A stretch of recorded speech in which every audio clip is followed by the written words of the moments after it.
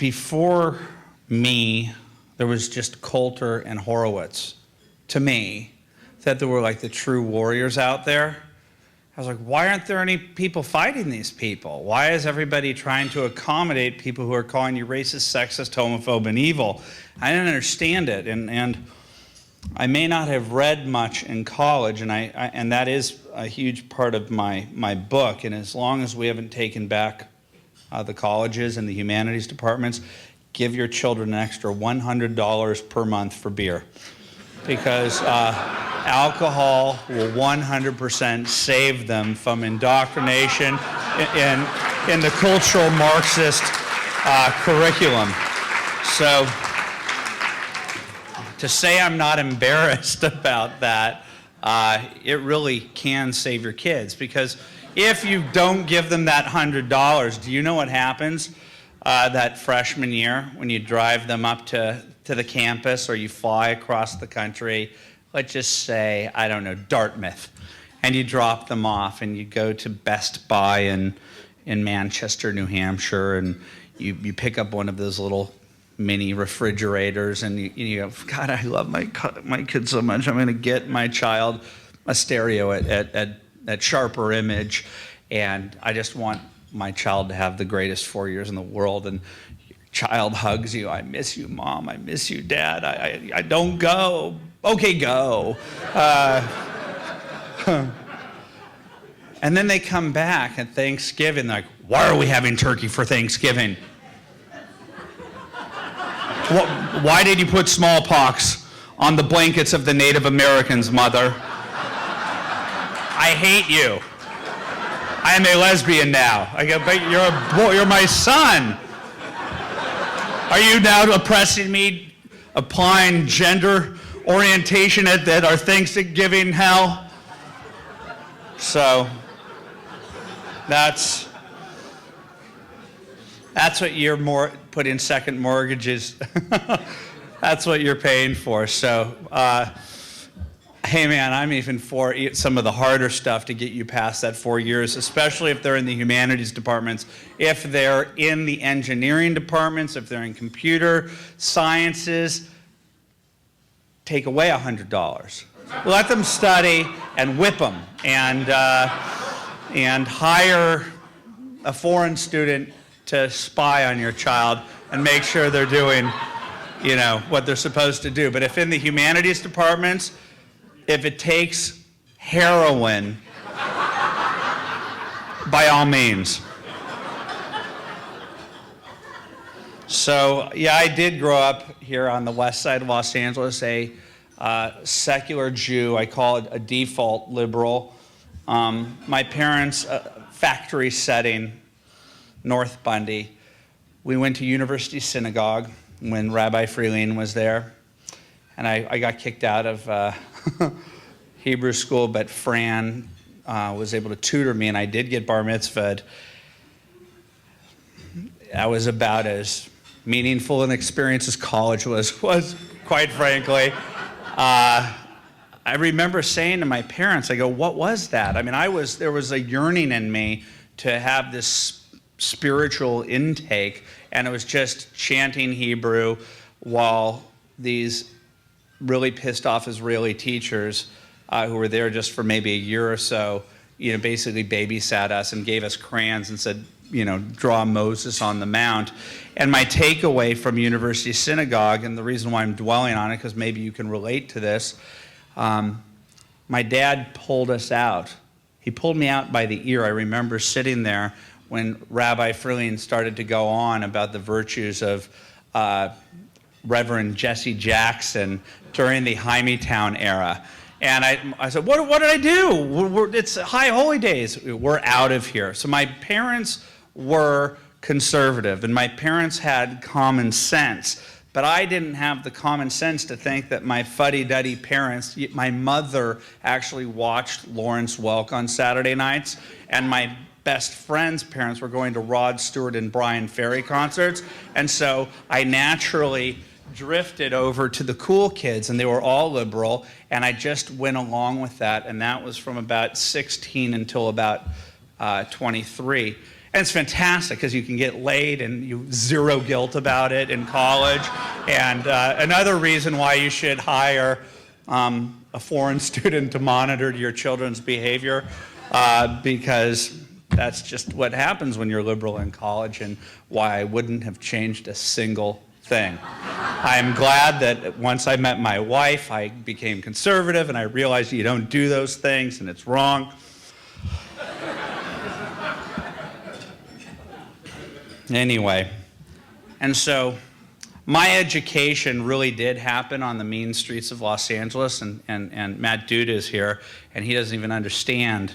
He was at Showtime when I was delivering scripts for a super liberal producer, and my biggest fear, this was during my transformation. I was a liberal when I started this job, and by the time I was done with it, I was a full-fledged conservative, and it was done during a period of a year where I drove 24,000 miles on the freeways from Santa Monica, where the production facility was, and I went traveling giving gifts and scripts to every producer in town, including Matt Drudge. And what was I doing on the streets? I was listening to Rush and Dennis Prager, and it's just totally 100% true. I wish it wasn't. I wish I had a better romantic story about how I saw the light, but talk radio was it. And the professors, I just remember thinking that the head of my American Studies department, when I was having a bad semester, and I went to her, she was in charge of the department. She was from Harvard. She was clearly an intellect. And I said, I'm just having a hard time. And the attrition rate at Tulane was insane, because you go from Brentwood playing high school, baseball and football and working and, just that grind, to having alcohol 7 days a week. It gets kind of, the juxtaposition starts hitting you. You're like, I used to wake up in the AM, and now I'm waking up in the PM, and I'm getting an hour. And I remember she said, Andrew, you need to take a semester off and do what I did when I was at Harvard. When I took a semester off, I went to New York and I just dropped acid for an entire semester. That was the tutelage that I received at Tulane. So it's amazing that in writing this book, Tulane has not invited me to speak. Quite frankly, nor has Brentwood High School, nor has University Synagogue. It's so weird. You'd think that they would like me telling these great stories about the great experiences I had trying to become a young adult. Didn't work. Jesse Jackson, Hymietown, Brentwood, go along to get along liberalism, then Tulane, blah, blah, blah. Teacher tells me that I should do acid. Really great upbringing I had, and my parents are still paying for it.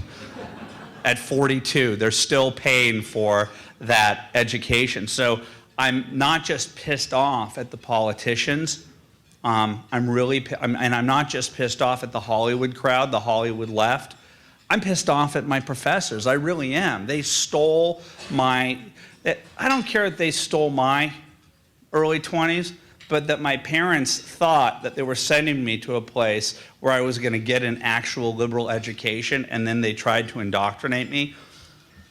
One thing you need to know about me is I'm petty. I'm the most petty person you'll ever meet in the world, and I will never forgive anyone for any transgression against me, let alone my parents.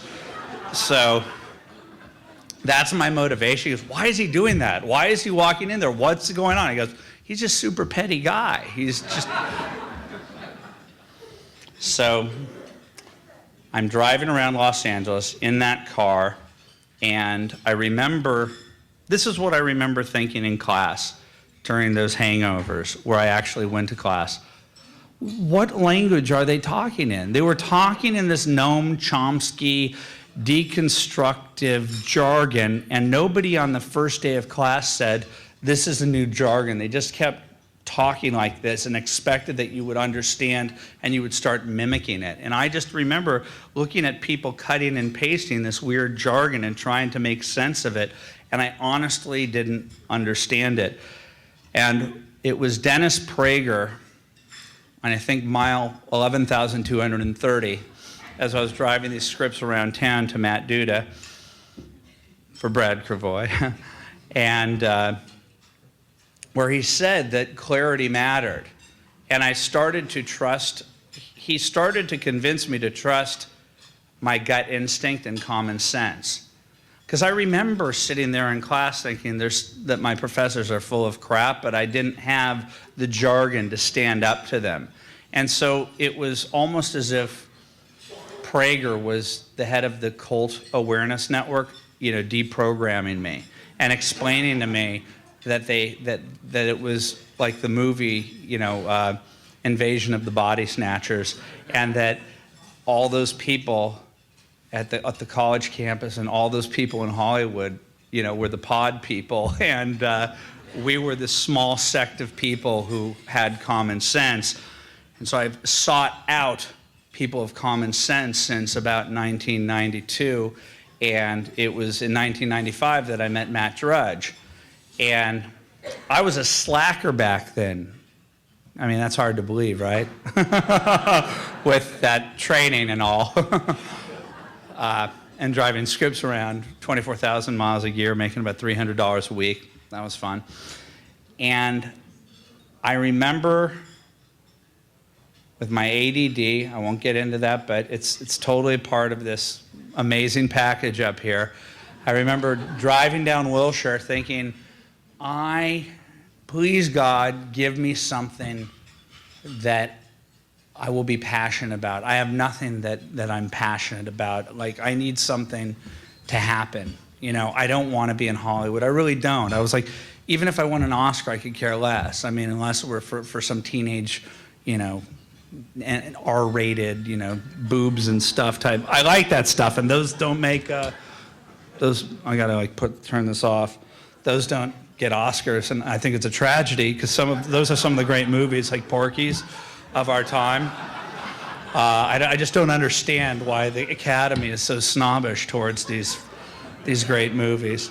And so I'm driving down thinking, what can I do? It was like going back to Pittsburgh and realizing I don't like steel. And I'm like, but I don't want to leave Los Angeles because I don't like when my nether region sweats. So as much as I liked being in New York, I hated sweating. I hated ugh. So I had to be in Los Angeles because of the sweat factor. And I said, please God, give me something to want to do. And I'm telling you, it happened almost immediately. I found the internet. I had a friend who went to Harvard, an astrophysics major, who grabbed me and said, we need to go on a walk. And he said, I found the internet, and the internet is how your brain works. I said, I don't even know what you're talking about. But I became dedicated to trying to figure out what this internet thing was in the early 90s. And when I got onto it, I was like, oh my God, he's completely right. And then I met Matt Drudge. And here's the thing, I lived on the west side of LA, and even though I was a slacker, which is shorthand for loser, while all of my friends were, at law school and medical school, I had nothing better to do at the exact moment that the internet began to say, that's what I'm going to do. I'm staking my claim on the internet. Lived on West Los Angeles, logged onto the internet, and I saw this thing that was being posted in these news groups. This predates, Netscape or a browser.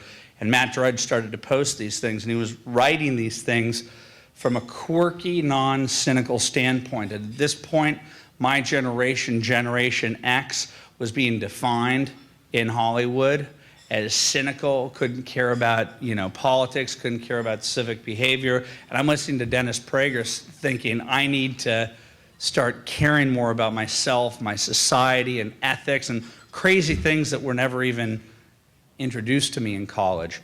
And I meet this guy named Matt Drudge. I called him up and found out he lived in Hollywood, and he found out it was the first conservative he had met, and I was basically the first conservative. It was a mutual thing. And he came over to my father-in-law Orson Bean's place in 1995, and we were on the Venice canals, which is hippy-dippy Dennis Kucinich bumper sticker country. So it's even to the left of Kerry during the Kerry election, to the left of Gore, and we're sitting there, and he starts telling me the future on the internet, and he putted away after explaining to me that he was folding T-shirts at the CBS gift shop. I mean, all my friends are like Harvard graduates, Stanford graduates, and I'm hanging out with like people with nice pedigrees, and I meet this guy who's folding T-shirts at CBS, and he sits with me for 3 hours, and as he putted away in his Hyundai, I looked at my then girlfriend, who's now my wife. I said, that guy's going to change the world. That guy's going to change, and I just glommed on to this movement. And at the end of the day, it's a people's movement. And I think that was 1995. And we can look back that in 1988, Rush Limbaugh started. I wouldn't have known about what it was that I believed in if there wasn't Rush Limbaugh, and there would have been no Dennis Prager, I don't think, without the revolution spawned by Rush Limbaugh. And it was taking the formerly moribund AM dial and granting it this unbelievable power where it's like basically our salvation. If we didn't have it, what would you do? What would you do if they took away your AM radio? What would you do if they took away your internet? What? Fold T-shirts. I wish. I couldn't even do that back then. That would require waking up before noon.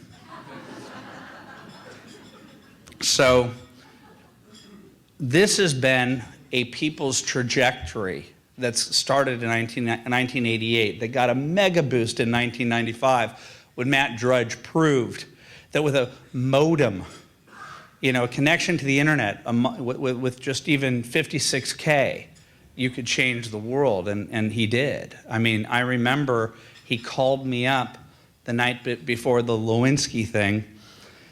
He said, the worst thing that you can tell Andrew Breitbart, and that is, I have something really important to tell you, but you can't tell anyone. Okay?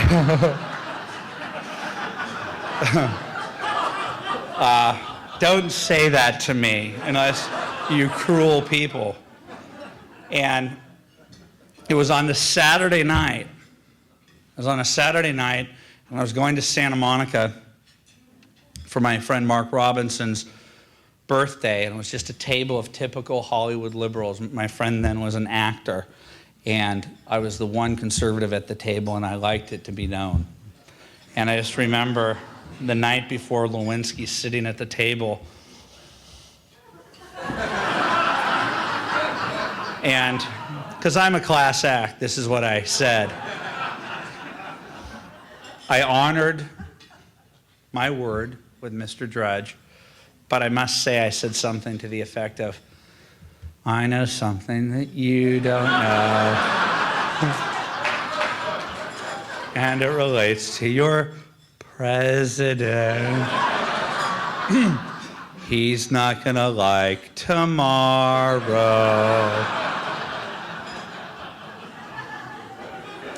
And so I went home that night at around 12 o'clock with my wife, and this was I still had a laptop. I just want to describe to you where we've come in terms of technology, because I'm not a technology person, but boy, am I marveling at what's happened since 1995. I was on like a 14.4 or 28K baud modem, then it went up to a 56K one. At this point in 1998, I was living in Santa Monica, and I had a 50-foot Radio Shack extension cord that I would plug in when I would get home into our kitchen and take it through our laundry room, through our bedroom, and I'd log on to the internet with the noise.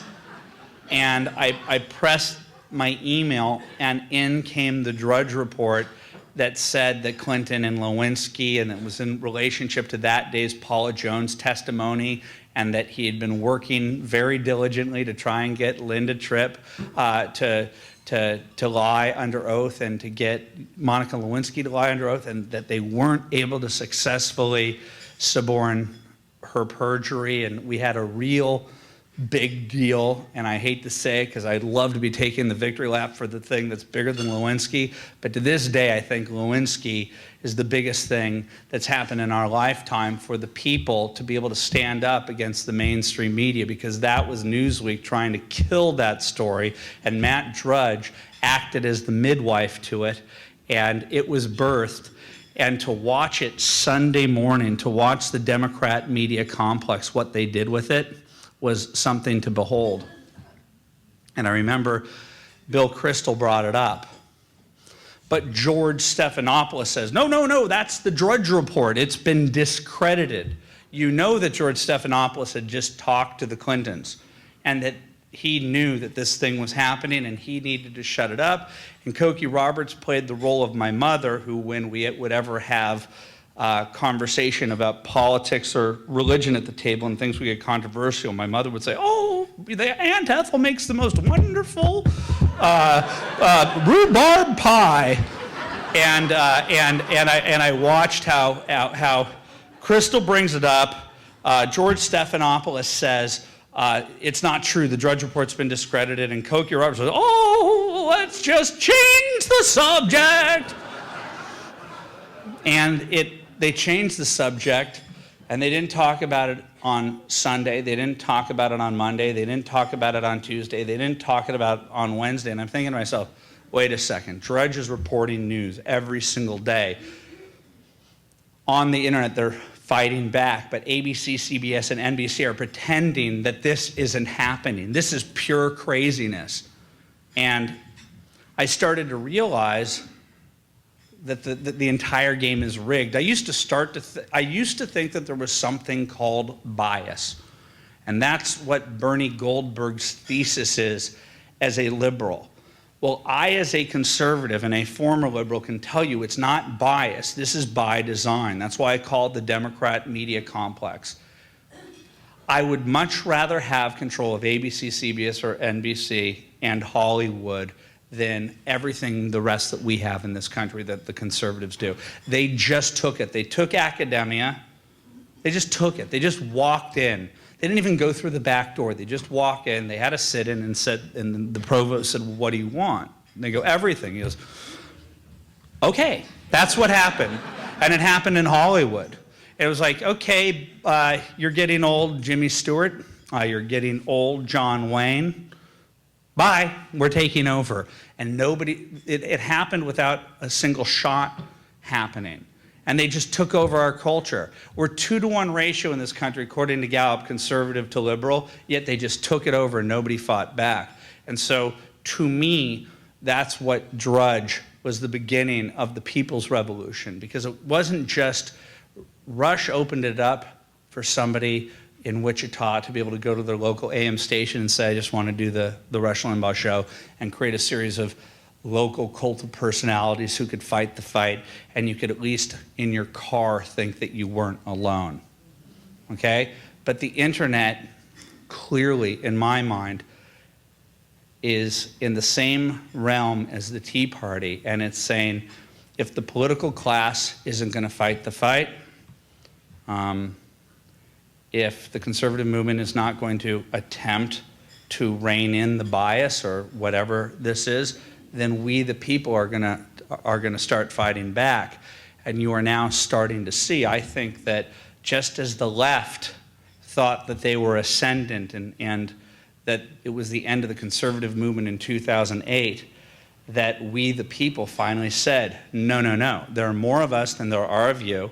And even though the Republican establishment basically sucks, and by sucks, I mean they totally suck, and they take our money and say, we're going to fight the fight, and then we watch them on C-SPAN say nay when they should say yay, and you say, why aren't you fighting? And they're like, well, we don't, I mean, for instance, an aside, the biggest scam I've ever seen in my entire journalistic life, or whatever it is that I do, I've reported on the Pigford scandal.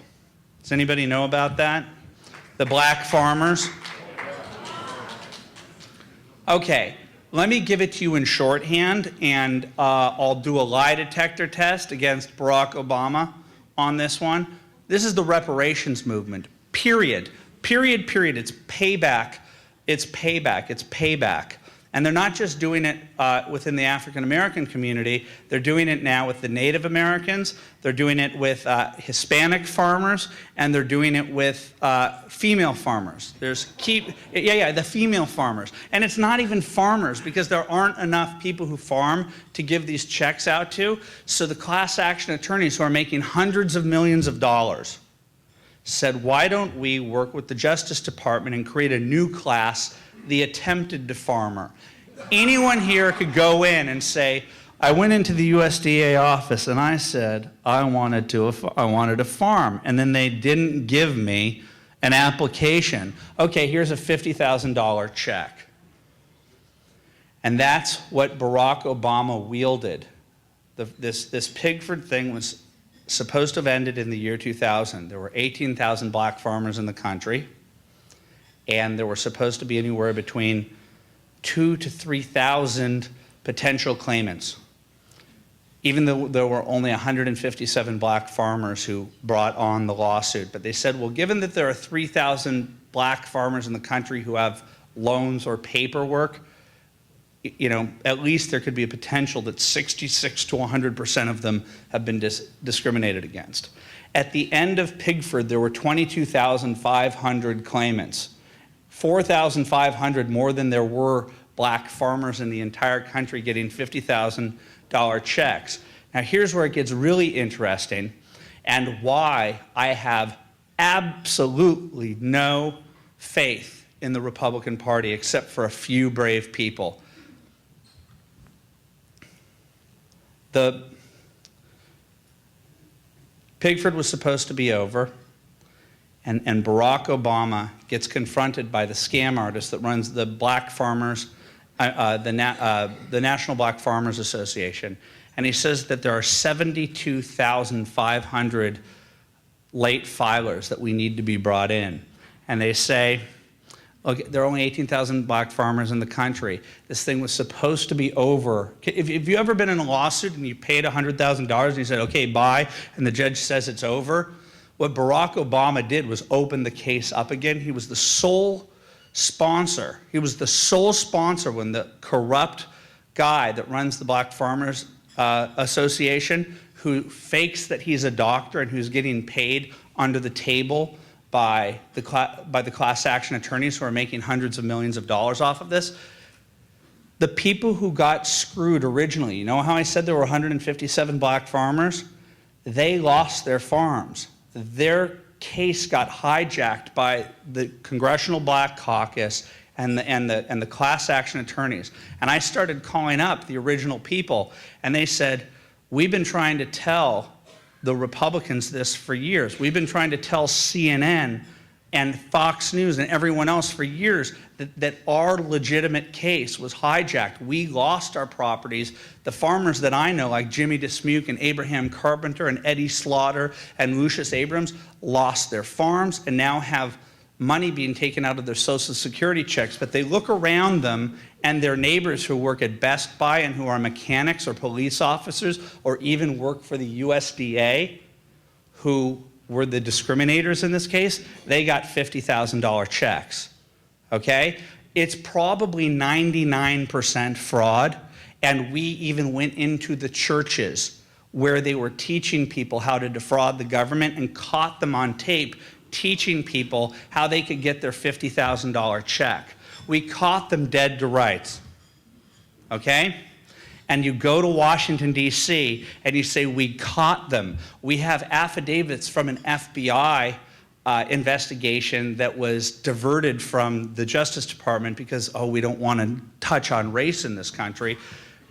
Wait a sec, this is 99% fraud, and the actual black farmers want to go testify about how they got screwed over. You'd be helping the salt of the earth. Black farmers who wake up at 4 o'clock in the morning and go to bed at 9 o'clock, but instead it's been hijacked by trial lawyers that fuel the Democratic Party. The Congressional Black Caucus knows about this, and it was all done so that the Congressional Black Caucus and Democrats could win the black vote in the rural South. And we have the letter why Barack Obama, who had no history of sponsoring anything, was the sole sponsor of Pigford, was because according to a letter that we have, he was told, if you sign on to Pigford, we can win the rural black South for you.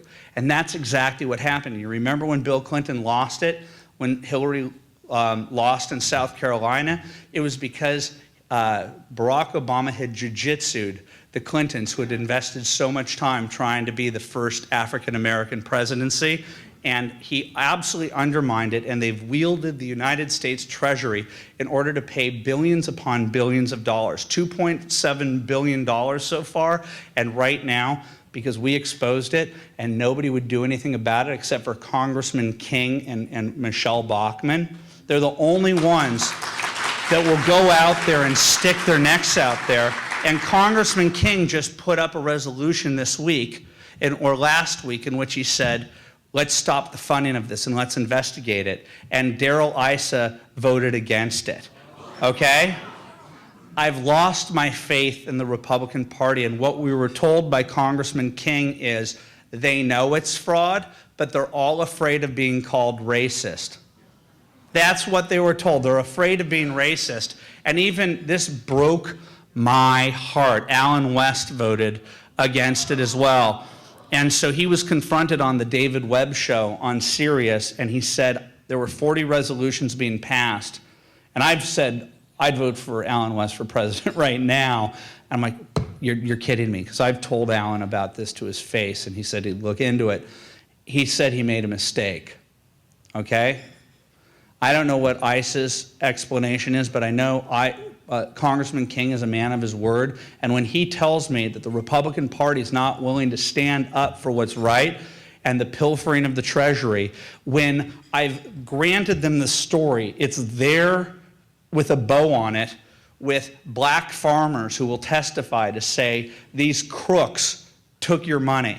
My neighbor, all you have to do is look at the people who got the $50,000 checks. They've never farmed a day in their lives, and the farmers who brought the suit, their lives lay in ruin with this. And because the press won't look into it, because the Republican Party won't look into it, they said, wow, even with Breitbart on our tail, with exposing it, with undercover tape, with affidavits that show that the top lawyer who's made $15 million paid a person within the USDA to write hundreds of fake claims to the tunes of millions of dollars. We have FBI affidavits from African-American USDA co-workers saying that the head of the lawsuit worked with a lady to file hundreds of false claims. This thing's 98. We have on video one of the top lawyers saying, my own clients got away with murder. They never farmed a day in their lives. This thing could take down Barack Obama in a nanosecond. We have him going after a whistleblower. You remember in 2003, 2002, Colleen Crowley, the year of the whistleblower? Yeah. The mainstream media, the Democrat media complex, loves whistleblowers in government when Republicans are in charge. But when a woman by the name of Kimberly DePasquale comes forward and tries to talk about fraud within Pigford, one senator comes forward, goes to the head of the USDA and says, investigate that woman. She's in violation of the Hatch Act by acting political within her job, and they punished her. Okay? And so this thing has Barack Obama's fingerprints all over it. And so let's even get more into the weeds, and you're going to realize what happened a year ago to me. Do you remember the Shirley Sherrod incident? Why do I even know about the black farmers of Pigford? All I was trying to do was point out that the NAACP, which was waging a campaign the week before against the against the Tea Party, claiming it was racist, and I had proved through videos that the N-word wasn't hurled at them, yet they were still given a platform. The NAACP and Ben Jealous was given a platform for 7 days to say that the Tea Party was racist and to condemn the Tea Party. And so I went on the radio and I said, Ben Jealous, how dare you try to divide this country on race when everybody in this country is suffering because of the economy? How dare you, especially when the basis of your argument isn't even true. So I was angry and pissed off and said that I had video that showed your group behaving in a more racist way than any video you've ever found of the Tea Party. And when I put that video out there with two out there, and the group was clapping when she talked about how she stuck it to the white farmer, eventually she said, then I realized it's not about black versus white, it's about rich versus poor. That was included in the video. The media ignored it. And my article said, eventually her basic humanity informs her to help the white farmer. The media ignored that as well. Instead, they made it about me as opposed to the president who fired her. Why did the president fire her if my piece said, eventually her basic humanity informs her to help the white farmer? The day that the video came out, the NAACP apologized for the audience's applause. I had hit the target perfectly. Shirley Sherrod went to the president and the head of the USDA and said, but I helped the white farmer. My article said that she helped the white farmer. Why did the president still choose to fire her? Because she and her husband were made $13.3 million in Pigford. Okay, and when this story came out there, my inbox was inundated with, I can't believe that you're doing to Pigford what you did to Acorn, laying this thing out one thing at a time. And there were articles that came out that week saying, wow, Andrew Breitbart's a genius. He set up Pigford for, exposure, because people knew that Pigford was the biggest scam. It's the reparations movement gone pro. It's sold as reparations at reparations conference by the people who architected it, okay? The thing is, I had never heard of Pigford. I happened upon Pigford and my emails being hit from people who are against Pigford, and I turn on MSNBC and Lawrence O'Donnell and the Rachel Maddow show are saying, Andrew Breitbart's to blame for, get this, they pulled out the $1.15 billion from a supplementary war funding bill the exact week that they fired Shirley Sherrod. They were so convinced that I was setting them up for exposure that Barack Obama bought the presidency with billions of dollars of your money in order to pay $50,000 checks into the rural South. This is all provable. I will take a lie detector test. It's totally, 100% provable. We've gone out there, we've told the truth. All we're asking for hearings. And who's in charge of the Congress? The Republicans. And so, excuse me while I'm cynical about the Republican Party and that they're basically worthless. And why is it that it's Ann Coulter and David Horowitz and me that go out there and say, we've got to fight these bastards? There are more of us than there are of them. Yet this week we find out on Pigford, which is so easy to prove, and you have a cast of the greatest black men. They're like the greatest generation. They're 60 to 80 years old. They've done everything right. They were discriminated against the USDA. All you have to do is put them in front of Congress, and they will tell you how everyone in this room got screwed over by the Democratic Party, and the Republican Party is not willing to go in for the kill. So, gosh, I want to leave on a better note.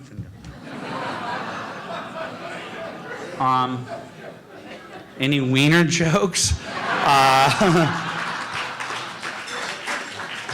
So my entire attitude is to hell with them, and that when I was invited to go to the Tea Party, the first Tea Party in Santa Ana, and then I did one with Pat Boone in Beverly Hills, those people are willing to fight. Those people are willing to stick their necks out. And so the first few times that I went to the Tea Parties, I was just there simply defending them against the Democrat media complex, which was there to predictably call them racist, sexist, and homophobes, which is what they do, which is their way of trying to throw off anybody from leaving their house and joining the Tea Party. It hasn't worked because we decided to fight back. So my trajectory from being a Salma Hayek liberal to being, for about 3 brave weeks, a libertarian, just because I was so afraid of saying I was a Republican, to becoming a Republican, to to becoming a conservative and now a Tea Party conservative is because I trust this audience more than I trust those who exist in political power. And you saw with Anthony Weiner what people will do to hold on to political power. I want you to understand that this is a fight, that this is a war, and it's not just a war against the cultural left. It's those on our side who falsely claim that they're fighting on your behalf, but are simply saying to you what you want to hear and aren't willing to fight for what you believe in. And so I want you to join this damned Tea Party, because if you don't join the Tea Party, or if you don't join the new media revolution, you're not in the battle, you're not in the war, and if you're not in the war, then when we lose this country, I'm going to come back here and I'm going to blame you. Thank you very much.